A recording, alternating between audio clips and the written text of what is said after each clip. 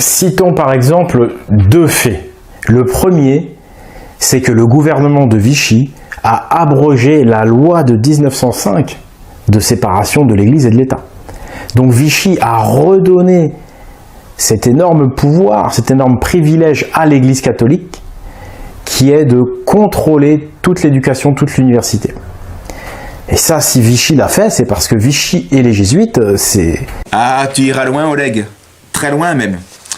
Tu craches ton venin sur Vichy. Ah, ça c'est bien, Oleg, c'est bien. Aujourd'hui, c'est même subventionné, comme dirait Dieudo. Vous doutez certainement que tout ce que dit Oleg est grossièrement faux. Mais avant de le voir, nous tenons à préciser que malgré notre sympathie pour le maréchal Pétain, nous ne sommes pas un admirateur inconditionnel. Certes, il a fait de grands et de bons pas dans le bon sens, comme la suppression de la maçonnerie, comme la suppression de la devise maçonnique imposée par la Révolution, liberté, égalité, fraternité, qui a été transformée en travail, famille, patrie, qui est beaucoup plus sain, beaucoup plus naturel, et puis d'autres choses de ce genre, mais on peut aussi lui faire plus d'un reproche, particulièrement d'avoir gardé le drapeau tricolore de la Révolution. C'est une erreur symbolique, grave, plus que symbolique. D'avoir cru aux États-Unis, alors que c'est le pays le plus dangereux pour la paix dans le monde depuis un siècle. De ne pas avoir déclaré la guerre à l'Angleterre après le crime de guerre de Mers el-Kébir. Ouais.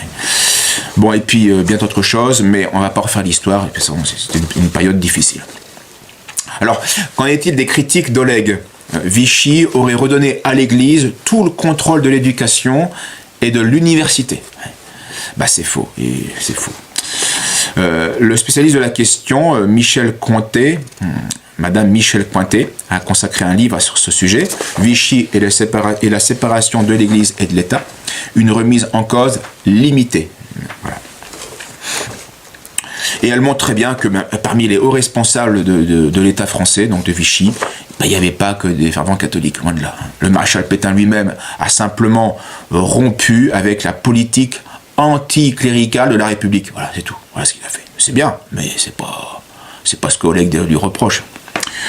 Vichy a simplement donc eu assez de bon sens pour comprendre que pour remettre de l'ordre, il fallait rompre avec cette politique de désordre soutenue par l'anti-France, tout simplement. Quant aux deux chefs du gouvernement, Pierre Laval et puis l'amiral Darlan, eh bien, ils étaient des pragmatiques sans conviction chrétienne. Leur vision du monde n'avait rien de religieuse. Elle voulait être simplement réaliste, et donc ils jugeaient que, de la religion en fonction de l'intérêt politique. Donc, voici un extrait de la conclusion de Michel Cointet. Le gouvernement était conscient des blessures morales engendrées par la rigueur des lois anticléricales et estimait que la participation au bien public, que les misères de la guerre rendaient plus urgentes, devait à nouveau être reconnue.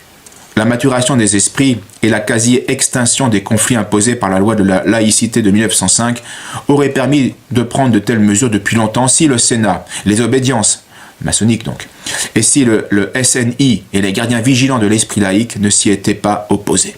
L'État français lança d'importantes réformes, mais selon une procédure prudente. Aucune d'entre elles ne remit fondamentalement en question les principes de la laïcité. Et donc, ce que prétend Oleg est malheureusement faux.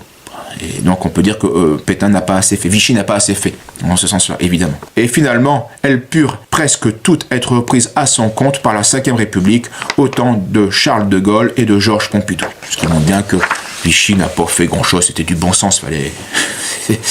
c'est tout. Mais d'après mon spécialiste, je serais tellement atteint que normalement, je ne devrais pas avoir de mal à faire des progrès. Donc, face à ce constat, somme toute encourageant, je suis resté pensif. Pensif, mais bête. J'ai réfléchi, les abrutis réfléchissent énormément. Tout simplement parce que leur rendement est faible. Je vous laisse le temps d'y réfléchir. En fait, j'étais extrêmement prétentieux. Je me prenais carrément pour un médiocre, alors que j'étais nul.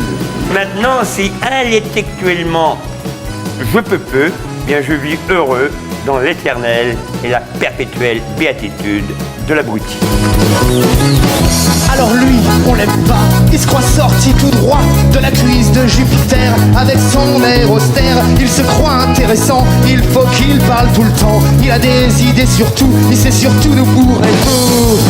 Oh, oh, oh, il a tout vu, tout lu, tout entendu. Il est tellement instruit que plus personne comprend ce qu'il a tout vu, tout lu, tout entendu. Il a même dit qu'il n'y avait pas